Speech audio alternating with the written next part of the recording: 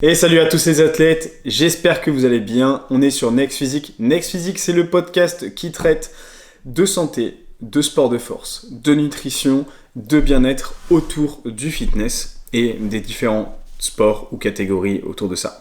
Aujourd'hui, on va parler de positivité, de body positive. On va parler d'acceptation de soi. On va parler de santé. On va parler aussi un petit peu de problèmes de société.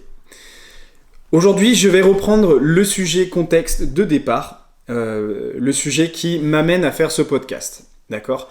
Le sujet d'aujourd'hui a été amené tout simplement suite à un article, une couverture plutôt de Cosmopolitan, qui est un journal extrêmement connu à l'international et qui a eu plusieurs couvertures pour son dernier magazine, avec une présentation de différentes femmes dans différentes conditions, et une couverture a notamment fortement retenu mon attention et l'attention de pas mal de personnes sur le net, a été vivement critiquée. Cette couverture présente tout simplement une femme obèse dans une tenue de sport avec comme gros titre « This is healthy », c'est sain, dans le sens littéral français, c'est sain. Aujourd'hui, cet article a été vivement critiqué, d'une part parce que beaucoup de personnes ont critiqué le fait que la marque, le magazine ait mis en avant une femme obèse en disant que c'est sain, mais il faut savoir que sur les autres couvertures, les alternatives de couverture, c'est pas forcément une femme obèse, ça peut être une boxeuse ou d'autres cas de figure. Je vous laisse aller voir ça directement sur Google, vous tapez couverture Cosmopolitan, ou en anglais vous tapez Cosmopolitan, vous allez trouver des trucs de partout, ça a été vivement relayé ces derniers jours. Moi, j'aimerais revenir sur le contexte autour de ça. Alors déjà, on va revenir sur le mot de healthy. Aujourd'hui, healthy, qu'est-ce que ça veut dire ? Pas grand-chose en vérité. Healthy, c'est très difficile à définir. On n'a pas tous la même définition du mot healthy. C'est pas facile. Le mot healthy, il est un peu utilisé à toutes les sauces maintenant. On va revenir plutôt sur le contexte de base et sur la définition de sain, de healthy. Healthy, c'est censé être quelque chose qui est bon pour le mental et qui est bon pour le physique d'une personne. Très bien. Pour son bien-être corporel et mental. Sauf que healthy, c'est utilisé pour des ingrédients, c'est utilisé pour des aliments, pour un peu de tout. Du coup, au final, c'est quoi ? Un aliment healthy, déjà, c'est ce qu'on va plutôt qualifier de bon pour le corps.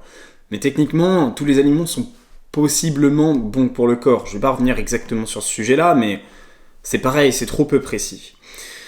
Le truc, c'est que quand on met ça sur une couverture, This is healthy, oui, mais non, quand même, non. Le problème, j'ai rien contre la personne qui est sur cette couverture-là, j'ai rien contre le fait qu'elle soit obèse, qu'elle essaye de faire du sport, peut-être pas, je connais rien du tout à sa vie, j'ai pas lu l'article en question, et j'en ai un peu rien à faire, honnêtement. Le truc, c'est qu'elle peut être très bien en bonne santé mentale, ok, elle peut être healthy dans le sens mental, mais physiquement, en aucun cas. Il faut savoir que l'obésité, aujourd'hui, si on la classe comme un problème de santé majeur, c'est pas pour rien. Je vais vous donner juste une stat, exemple récente que j'avais étudiée il y a pas très longtemps et qui va vous montrer un petit peu le contexte. Je suis en train de la rechercher, je l'ai écrit sur le compte de Misfit Tidings. C'était tout simplement une étude, bon, alors c'est pas la meilleure qualité d'étude parce qu'il y a énormément de monde qui est compris là-dedans, mais quand même, être musclé et taillé, pas pour rien. Donc je vais vous lire tout simplement des choses que j'avais déjà écrites par le passé, mais un passé qui est quand même pas très loin que ça, hein. Ça fait juste quelques semaines. C'était une étude de Sorensen qui soutient tout simplement que les preuves antérieures qu'un IMC élevé, donc un IMC, donc un indice de masse corporelle élevé, n'est pas sain lorsqu'il n'est associé à une masse maigre que si elle est plus élevée. Donc en gros, ça soutenait déjà le fait que avoir un IMC important, ça peut poser problème, mais pas forcément, ça va dépendre aussi de la masse musculaire de la personne, ok ? Si une personne a un IMC élevé, donc de base l'IMC fait référence au poids de la personne. Donc le problème, c'est que quand on fait référence à cet indicateur-là, ça ne prend pas en compte la différence de masse musculaire. Aujourd'hui, si quelqu'un a un IMC élevé, il peut être très musclé et avoir un IMC élevé. J'ai un IMC énorme. Je suis classifié comme surpoids obèse, d'accord ? Moi. Par contre, cette personne-là va être classée, elle va être sur un IMC plus haut que moi, évidemment, mais quand même pas bien loin de moi. alors qu'on n'a pas du tout la même corpulence, elle et moi. En fait, le problème, c'est que l'IMC de base n'est pas forcément super pertinent, mais l'indicateur en lui-même, faut savoir qu'il est construit de base pour une globalité de la population. La globalité de la population qui a un IMC élevé, c'est pas mon physique, d'accord ? La globalité de la population qui a un IMC élevé, c'est des personnes qui sont en surpoids, qui sont obèses, voire au-delà. Et de base, tout simplement, l'IMC a montré, sur cette étude, mais sur plein d'études précédentes, qu'avec une association relativement importante avec la mortalité. Plus vous avez un IMC élevé, plus vous avez un potentiel de mort qui est quand même assez fortement corrélé. Dans une population générale, apparemment une bonne santé, une grande masse grasse et une petite masse maigre, donc une masse maigre des muscles, sont associés à un risque accru de mortalité précoce, également après ajustement en tenant compte des changements antérieurs de la composition corporelle, comportement de santé et niveau d'éducation, d'accord ? Donc il y a beaucoup d'éléments à prendre en compte. Il y a effectivement le physique d'une personne, mais ce qui va aussi fortement impliquer son état de santé général, ça va être sa compo corporelle, comme on vient de le dire, son comportement de santé et le niveau d'éducation.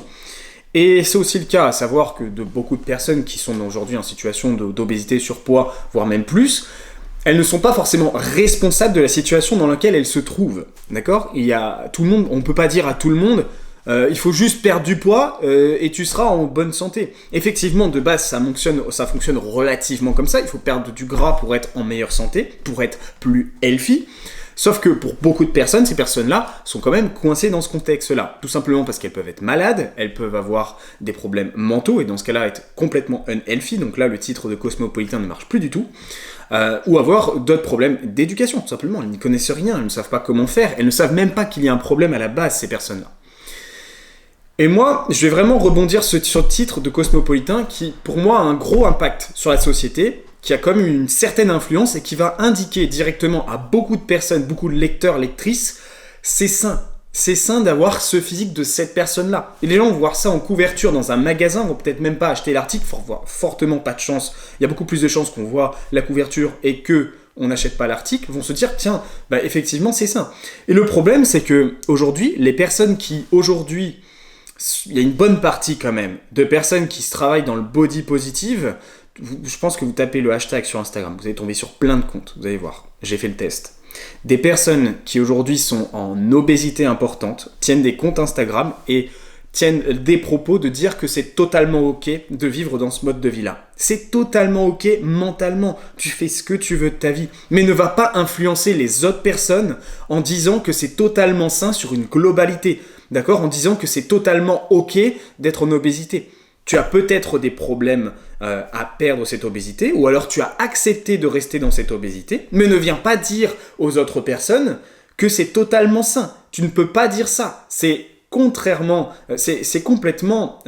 irresponsable. C'est complètement irresponsable parce qu'il y a plein de personnes qui justement n'ont pas les niveaux d'éducation nécessaires, vont considérer que ça c'est sain, et donc du coup vont se dire cette situation elle est normale. Et peut-être qu'il y a beaucoup de personnes qui y réfléchissent même pas. Un jour ou l'autre, nous, par exemple, peut-être que c'est votre histoire, vous êtes dit un de ces quatre, tiens, il faudrait que je perde du poids. Pourquoi vous l'avez dit ? Vous allez dit peut-être que c'est pour votre physique, mais vous avez pensé à d'autres choses, vous avez pensé à votre santé aussi. J'en suis certain, toutes les personnes qui ont abordé une perte de poids, une perte de graisse, ont pensé à leur santé. Notamment si cette perte de poids de graisse a été importante à faire. Vous étiez dans une situation de départ où vous étiez en plus mauvaise santé. Moi, c'était mon cas. Maxime, avec qui je travaille sur Plaisir et Tête, c'était son cas aussi. On était tous les deux en train d'approcher tout simplement un niveau de surpoids qui était important et il fallait qu'on prenne soin de soi. On savait qu'il y avait une question de physique, mais à l'époque, on était au lycée. Tout ce qu'on pensait, tout simplement, nous, c'était tout simplement à être en meilleure santé, à se sentir mieux au quotidien. Et ça, aujourd'hui, c'est véritable. Et le problème, c'est qu'un titre comme ça, This is Healthy, va indiquer à beaucoup trop de personnes que c'est entre guillemets ok d'être comme ça. Oui, c'est ok mentalement. Oui, je suis d'accord que certaines personnes font ce qu'elles veulent et si elles sont bien dans cette situation-là, tant mieux pour elles. Super, j'en ai rien à faire honnêtement. J'en ai rien à faire. Si t'es en bonne santé dans ton état et que c'est ok avec toi, je vais pas te juger, j'en ai rien à faire. Par contre, moi je suis pas d'accord à partir du moment où on vient essayer d'influencer les autres en leur disant que tiens, la science, tout ce qu'elle a pu dire jusque maintenant, c'est du blabla. Ça, c'est totalement faux. Et encore, il n'y a pas très longtemps, j'ai eu une discussion avec un groupe de personnes qui me soutenaient que tout simplement le fait de faire du sport n'allait pas jouer sur l'impact de choper des maladies cardiovasculaires ou autres. Ça a été prouvé des dizaines de fois. Faire du sport, être en bonne santé, va réduire vos risques de tomber malade de manière drastique. Aujourd'hui, les causes de mortalité principales sont fortement liées effectivement au physique d'une personne, mais énormément liées aussi à son alimentation. Tout ça, ça reste toujours une globalité. Et aujourd'hui, dire son contraire, prôner le contraire, c'est complètement dire nique la science, rien à foutre. La santé, c'est de la merde, ça n'existe pas, tout est ok. Non, tout n'est pas ok dans la vie. On peut pas dire tout est ok et c'est bon, je laisse tout faire et je dis que tout est possible. Ça serait bien, ça serait beau, entre guillemets. Du moment que c'est possible au niveau mental, ça ne l'est pas forcément physiquement. Vous pouvez pas dire aujourd'hui, ça marche dans le sens inverse. Si on avait eu une couverture de Cosmopolitain avec une personne qui a la peau sur les os, qui a un niveau d'anorexie ultra élevé, où on met c'est healthy, là, je peux vous dire que la pochette de ce magazine, elle aurait fait beaucoup plus de bruit sur Internet et beaucoup plus de gens se seraient offusqués de ça. Sauf qu'aujourd'hui, des mouvements comme le body positive, où effectivement on s'accepte soi-même, c'est vrai, je vais revenir là-dessus juste après, deviennent tellement importants qu'on y met tous les éléments à l'intérieur pour dire que voilà, ce mouvement est le meilleur, parce qu'il y a beaucoup de personnes qui se font de l'argent là-dessus. Ils se font de l'argent sur ce mouvement-là. Il y a des comptes qui sont tenus body positive, certes c'est des influenceurs, influenceuses, mais c'est aussi des personnes qui vont vendre des produits, etc. autour de ça. Donc ils ont tout à fait intérêt de vous dire, moi je suis en obésité, je l'accepte, très bien, bonne chose, et en plus c'est super bon pour la santé. Non, c'est pas healthy, c'est le titre de Cosmopolitain qui est le plus juste pour moi. Ce n'est pas This is healthy le titre qui aurait dû émettre. C'est This is okay. This is okay d'avoir tel physique. Ou d'être une boxeuse comme l'autre couverture du même magazine. Donc pour revenir sur le This is okay, pour moi c'est ok si vous vous acceptez mentalement comme ça. Et de base, en tant que coach, quand je prends quelqu'un qui a besoin d'une transformation en coaching, je lui dirai toujours la même chose et je vous dirai toujours la même chose à vous aussi. Si vous voulez démarrer une transformation physique, vous devez vous accepter à la base. Si aujourd'hui vous vous dites « j'aime pas parce que je stocke du gras sur la taille », vous stockerez toujours du gras sur la taille, ça ne changera jamais. D'accord ? Vous ne pouvez pas changer vos zones de stockage. Moi j'ai un cul où je stocke comme Nicki Minaj, bah écoutez c'est comme ça restera toujours comme ça et je dois l'accepter. Faites-en une force plutôt que de vous dire à chaque fois, je veux changer parce que j'ai ça. Mais ça sera toujours le cas. Ça sera toujours le cas. Tu stockeras peut-être toujours sur les hanches. Tu auras toujours peut-être potentiellement du stockage sur la taille, etc. Tu peux régler ton niveau de masse graisseuse. Tu peux perdre du gras sur une globalité. D'accord ? Tu peux perdre du gras sur cette zone en question. Mais ça ne changera jamais le fait que cette zone-là sera la première où tu vas stocker. Mais ça marche aussi sur, je sais pas, d'autres choses. Tu démarres une perte de poids et tu te dis que tu vas changer ton nez. Ton nez, il aura toujours cette forme-là. De base, si vous voulez démarrer une transformation, il faut vous accepter. De base, vous devez vous accepter, sinon ça ne marchera jamais. C'est pas parce que vous allez faire une perte de graisse que vous allez d'un seul coup vous transformer et vous accepter. Je peux vous garantir que 100% des personnes qui ont fait une transformation vous diront la même chose. Elles ont fini leur transformation, mais ça n'a pas forcément arrangé la situation de départ si elles ne l'avaient pas réglée au départ. Si au départ tu ne règles pas l'acceptation de toi, tu vas peut-être plus te plaire effectivement après cette transformation en question. Tu vas te plaire. Mais par contre, tu ne vas pas forcément accepter à 100% ton corps à la fin de cette transformation-là. Et t'en voudras toujours plus. Et c'est aujourd'hui l'essence même d'un des problèmes mentaux principaux autour de la musculation. C'est qu'on n'est jamais satisfait de ce qu'on obtient à la fin. On en veut toujours plus, dans un certain sens. Tu fais une sèche, tu fais une perte de graisse, et t'en veux toujours plus. Jusqu'à ce qu'à un moment donné, soit tu t'arrêtes, parce que tu te dis « ouais, c'est pas mal ici, je commence à en avoir marre », ou alors que tu continues et que ça devient mauvais, ou alors que tu es encadré. D'accord ? Il y a ces trois types de situations-là. Mais ça marche dans tous les sens. Tu as envie de prendre plus de muscles, etc., etc. Et ça s'arrête pas. Tu veux toujours plus. C'est trop bien de gagner du muscle. Tu deviens plus fort, etc. Mais ça marche toujours là-dessus. Si de base tu te dis « je me plairai et je m'accepterai qu'une fois que j'aurai 80 kg de muscles », c'est pas vrai.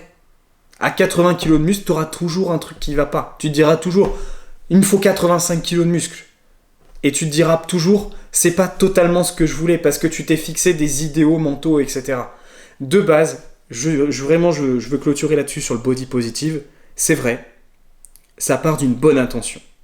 Le problème, c'est qu'aujourd'hui, des mouvements comme ça essayent de capter totalement l'intention ou de récupérer totalement des éléments externes. Typiquement, ce que fait une personne qui est fanatique. Un fanatisme où aujourd'hui, on essaie d'y placer tous les bénéfices possibles à l'intérieur. La diète cétogène, c'est ci, c'est ça, c'est trop bien, et il n'y a rien d'autre qui peut la battre. La diète paléo, c'est trop bien, il y a ci, il y a ça, il n'y a rien d'autre qui peut la battre. La diète, tout est bon, et c'est l'excès qui fera le poison, de manière générale. Donc vraiment, j'insisterai là-dessus pour clôturer cette séquence première, c'est que il faut s'accepter à la base, mais on ne peut pas mentir sur une telle chose. On ne peut pas mentir sur le fait que this is healthy, this is not healthy. Non, ce n'est pas sain d'être en obésité, ce n'est pas sain d'être au-delà de l'obésité, d'accord ? C'est ok, si vous êtes ok avec ça, c'est ok mentalement, tout le monde a le physique qu'il veut, tout le monde a le nez qu'il veut, pour revenir à ça, tout le monde a la taille qu'il veut, le stockage sur les hanches, tout ça qu'il veut, ou qu'il n'a pas le choix d'avoir. Mais ce n'est pas ok de dire que c'est totalement sain. Ça ne correspond pas à la définition du mot sain. Et c'est pour ça que je m'offusquais là-dessus en story sur Instagram, c'est parce que ça me choque, parce que ça a un impact sur la société, tout ça. Et beaucoup de gens sont impactés du coup dans ce sens-là. Je sais que j'avais déjà vu ça en fait l'été dernier, parce que j'avais vu une influenceuse qui est adulée sur internet parce que elle est en obésité, elle s'accepte comme telle, etc. Et j'avais déjà vu justement une séquence interview où cette personne-là disait à des jeunes, à plein de jeunes qui étaient devant elle et qui la suivaient, qu'il n'y avait aucun problème d'être comme ça, ils n'auraient pas de problème de santé parce qu'elle n'en a pas. C'est pas parce que t'as pas de problème de santé à un moment donné que t'en auras jamais, ou que tout simplement tous ces jeunes-là qui vont faire potentiellement la même chose que toi, qui vont te suivre, n'en auront pas. Si aujourd'hui on vous dit depuis des années que l'obésité est un problème de société, c'est pas pour s'amuser. Ça rapporte pas d'argent de dire ça en fait. Donc, voilà, question de bon sens encore une fois. Je cite notre président, mais c'est une question de bon sens. Vraiment. Même si aujourd'hui le bon sens, je sais même plus si les gens savent ce que c'est. Et il y a plein de mouvements qui font les mêmes choses. Il y a plein de mouvements qui essayent de récupérer des éléments comme ça. Je vais vous donner un exemple qui date d'il y a 1 an, 2 ans maintenant peut-être. C'est The Game Changer. The Game Changer, vous savez, c'est un documentaire sur Netflix qui a été fait à propos de la diète végane, etc. Un super beau documentaire, bien tourné, bien construit et bien financé aussi. Le truc, c'est que ce documentaire utilise le même principe.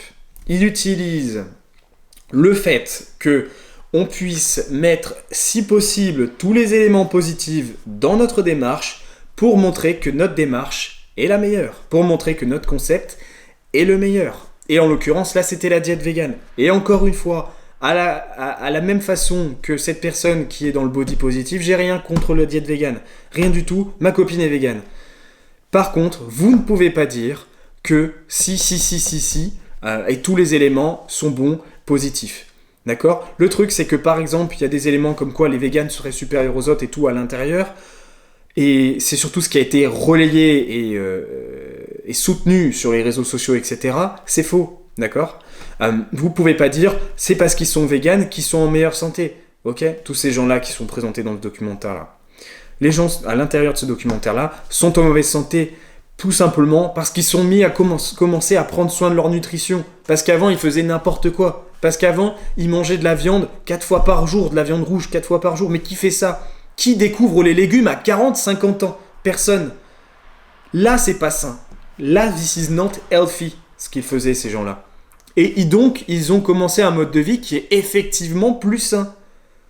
D'accord ? Mais est-ce que pour autant, ça veut dire qu'on peut dire que c'est grâce et uniquement à la diète végane que ces gens-là sont devenus sains et donc du coup, this is the way ? No. C'est tout simplement parce que ces gens-là ont commencé à prendre soin de leur nutrition. Et pour cause, toutes les études qui vont prendre des personnes qui consomment des produits bio ou des personnes qui consomment qui ont une diète végane, les études montrent plutôt sur ces études-là que comme ces personnes sont passées sur ce régime-là, elles sont en meilleure santé. Mais est-ce qu'on peut dire que pour autant c'est le régime number one et l'unique à suivre?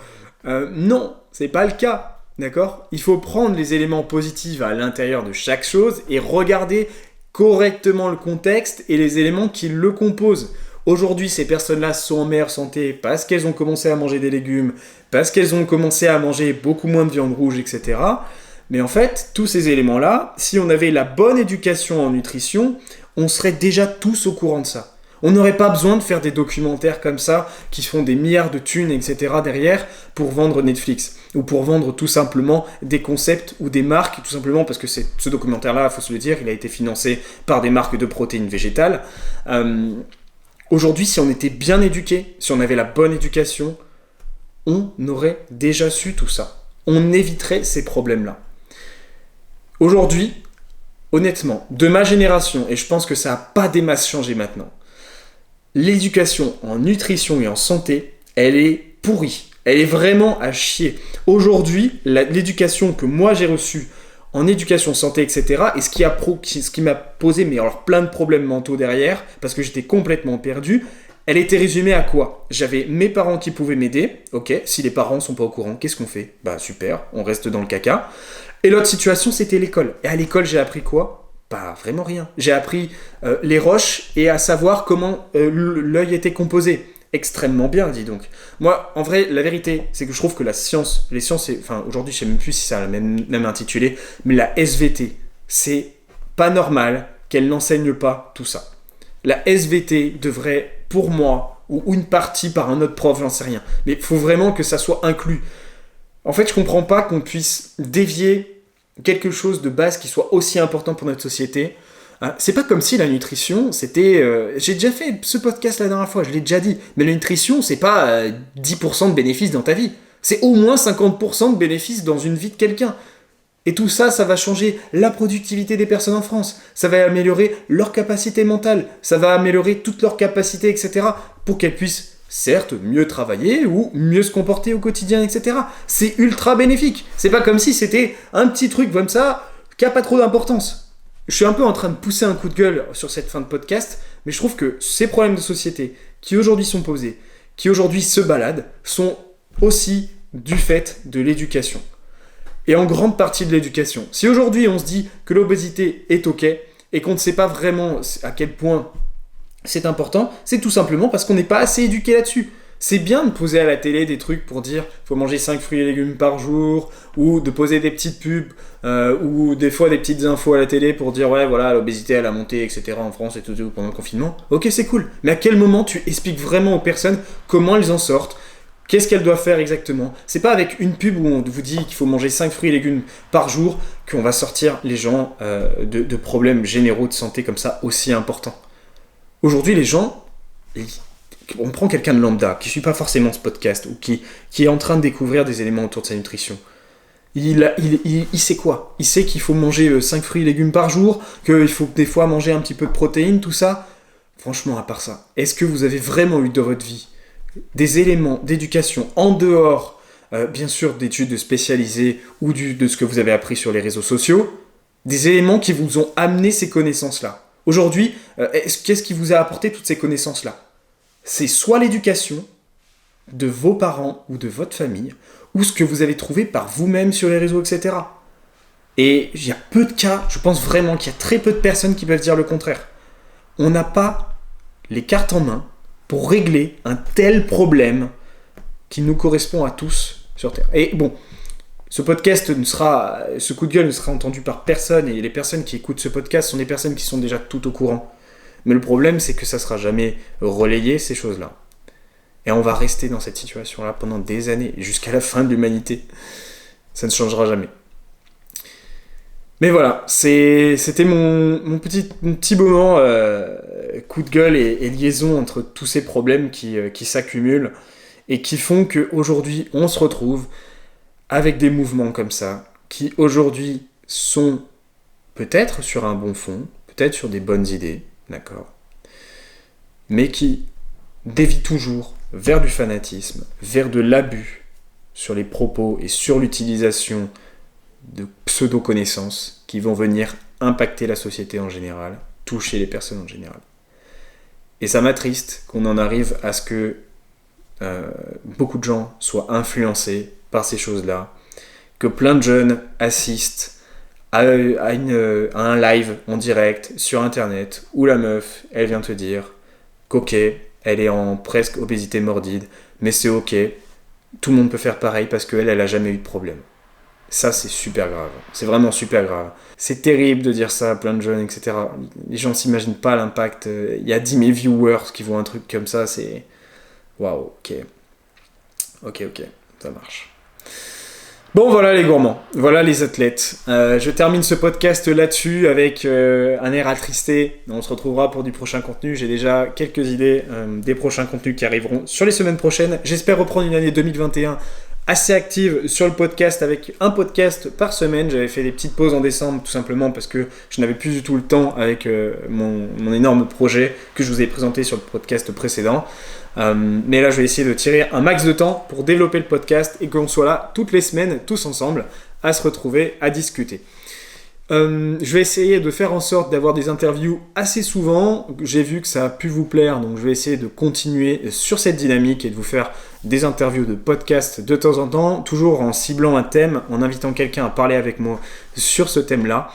Je vais vous poser tout simplement une question maintenant, c'est de me dire en privé, directement sur la plateforme que vous souhaitez, quels sont les thèmes qui peuvent vous plaire, quelles sont les personnes que vous souhaitez que j'amène sur ce podcast pour que l'on discute ensemble de ces éléments-là. Il n'y a pas de souci, je trouve que les débats sont beaucoup plus intéressants et sont beaucoup plus construits et développés quand il y a du monde qui vient discuter autour du sujet, qui a pu y réfléchir en amont, hein. J'amène pas des personnes comme ça et en disant sur le moment en question, on va parler de body positive, ok.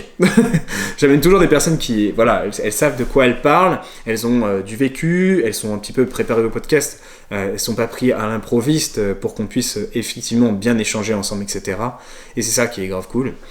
Et donc en l'occurrence, quels sont les thèmes que vous souhaitez que l'on aborde ou les personnes que j'invite à parler avec moi directement sur le podcast?